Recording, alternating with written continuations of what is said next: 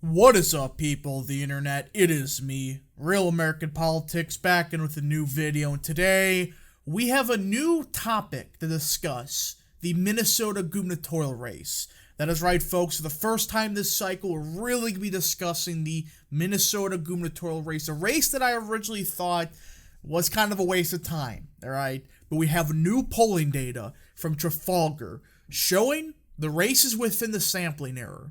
Now, before I forget, of course, I hope you enjoy these type of videos. If you do, smash the like button down below, subscribe, share with your friends, hit the little bell, and yes, of course, go follow the mysterious Twitter account in the description down below. And yeah, also join the channel. That is right, folks, for just 10 cents a day. You can join Real American Politics. I recommend you do it as it continues the daily content. Daily content. We all love the daily content. Alright, enough bullshit, enough promoting crap. Let's get into it. So, Minnesota, the state that infamously I said Trump I thought was going to pull it off at the end of the day, didn't go so well. That prediction didn't age well, as you could tell here. Trump lost the state by around 7%. I thought he was going to carry it by an extremely close margin, and I admit I was wrong there. I was wrong about Trump's performance in Minnesota. But do I think this was because of a long-term shift to the left or circumstances? I honestly think this had to do more with circumstances than a long-term shift, you know, for the long-term shift of Minnesota. Now, as everybody knows, Minnesota almost went to Trump in 2016. He only lost by like 30,000 votes. It was very close. Kind of a shocker. But it shifted hard to the left in 2020. Now, there is obviously a couple reasons for this. I think many people know why. You had COVID that year. The economy was tanking. But the one big issue happened in Minneapolis with frickin' a certain person. I'm not going to mention the name, but caused, let's just say, the riots of 2020. And there is an argument to be made that Trump's botching of the riot response kind of screwed him over in the state of Minnesota, in hindsight. There were a lot of people that were just pissed off beyond belief that Trump, did nothing about the riots. And there is, of course, evidence to say also that there was a lot of, white guilt in Minneapolis, the suburbs. But I do think most of the shift came from, hey, Trump did nothing about the riots in Minnesota, all right? And that definitely, I do think, played a part into why it shifted far to the left. And we got some evidence that this is kind of true. You scroll down here, and Jason Lewis, all right, the Republican candidate for the Senate race, he did significantly better than Trump. He did around 2 to 3 points better than Trump, despite having some fairly weak rural margins. He did pretty good in the Minneapolis, metro. That's where, he did better than Trump. And Trump did better in the rural parts of the state, in the more working class parts. But the Minneapolis area, like Hennepin, I think he overperformed quite a bit. Yeah, as you can tell here, 43-point victory for Biden, while here, 36-point victory. So there is an overperformance in the Minneapolis area. And when you account for, 2020 wasn't necessarily a big red wave or not even a neutral environment. It was kind of a lean blue cycle because of everything that happened. This was actually a decent performance by Jason Lewis. Now, there was a third-party candidate, Kevin O'Connor, which I don't know who he stole more votes from. The reason being is he definitely took a lot of rural votes away from Lewis. You can look at some of these margins. It's like Lewis did not do this poorly in the rurals because of, Tina Smith being so popular there. I think Kevin O'Connor did take some votes away from Lewis, but it's kind of hard to tell, who he truly took votes away from. Now, the gubernatorial race, according to Trafalgar, is within 3 points. Now, here is the big question mark, all right? The only way I can see Scott Jensen winning this race is the question mark. That is the legal marijuana party, the two of them at least. I have not talked enough about this. These may be the biggest memes of parties ever. In Minnesota, if you do not know, there's two parties fully dedicated on legalizing weed. That's their whole point. Like, vote for weed. That's all they run on. And in the past, they have screwed over Democrats big time. I mean, 2020, there was a congressional race in Minnesota that if the weed parties weren't on the ballot, Republicans probably would have lost that seat. I believe it was, Minnesota first. This district would have went blue if it wasn't for the weed parties.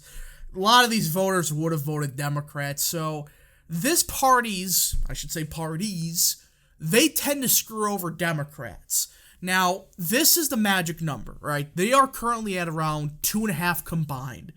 If they get like 4 or 5% in 2022, the vote, there's a good shot that Jensen wins this race. If he gets, 47% or something like that, like win the majority of independents or so, and a bit more of the Tim Waldo votes. I know it's Walls, but we call him Waldo on this channel.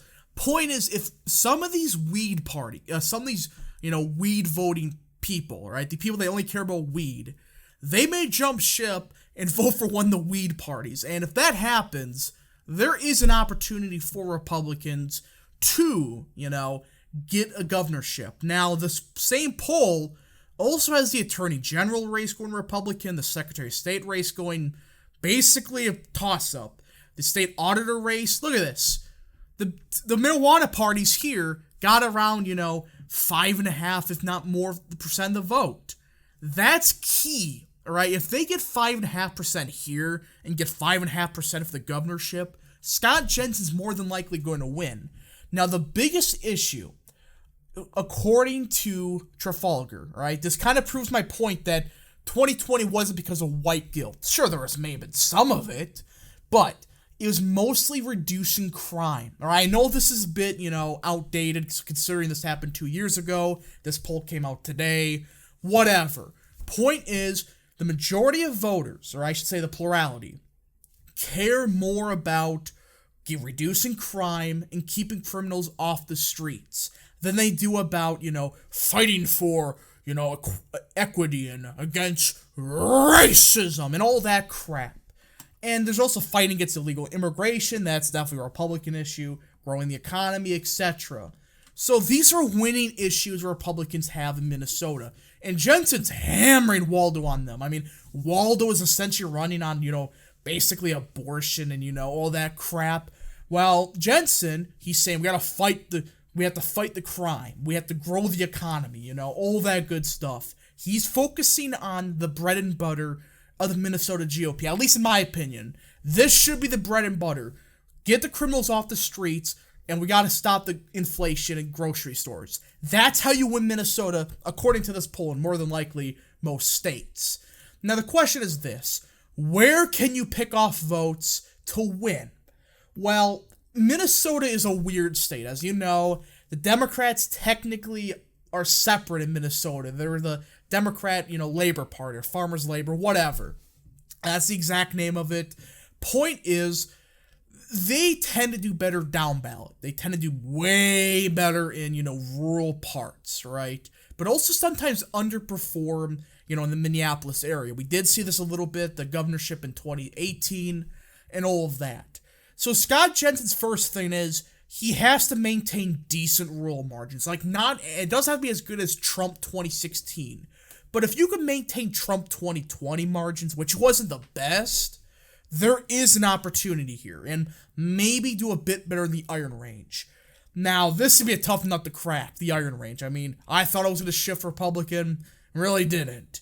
But the key is definitely going to be reduce this frickin' margin in Minneapolis. Look at this, 330,000 vote lead for Biden. He won the state by basically 330,000.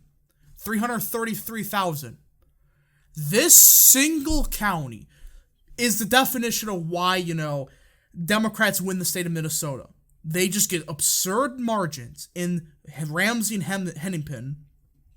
But Republicans could pick off some of these voters that are just sick and tired of the crime. And I do think you're going to see a big shift to the right in Washington. You saw this down ballot. I mean, Lewis only lost by 5. While Trump, he lost by around 9. So there is potential for some votes to be shifting Republican this fall. Now, the question is this. Will it happen on a large enough scale?